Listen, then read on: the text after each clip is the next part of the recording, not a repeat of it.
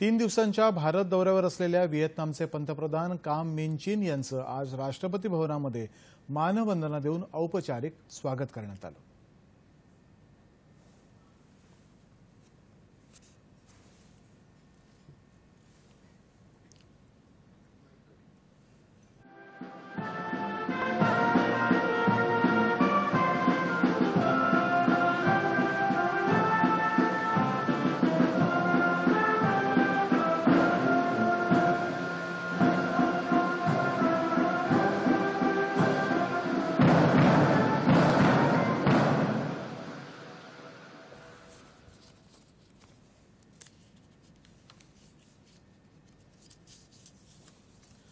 व्हिएतनामचे पंतप्रधान फाम मिन चीन यांनी दिल्लीतल्या राजघाट या महात्मा गांधीजींच्या स्मृतीस्थळावरती आदरांजली अर्पण केली।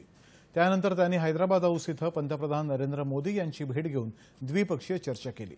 व्हिएतनामचे पंतप्रधान आज राष्ट्रपती आणि उपराष्ट्रपतींचीही भेट घेणार आहेत। त्यापूर्वी व्हिएतनामच्या पंतप्रधानांनी काल परराष्ट्र व्यवहार मंत्री एस जयशंकर यांची भेट घेतली। यावेळी उभय देशांमधल्या द्विपक्षीय संबंधांवरती आणि परस्पर हिताच्या प्रादेशिक आणि जागतिक मुद्द्यांवरती चर्चा झाली।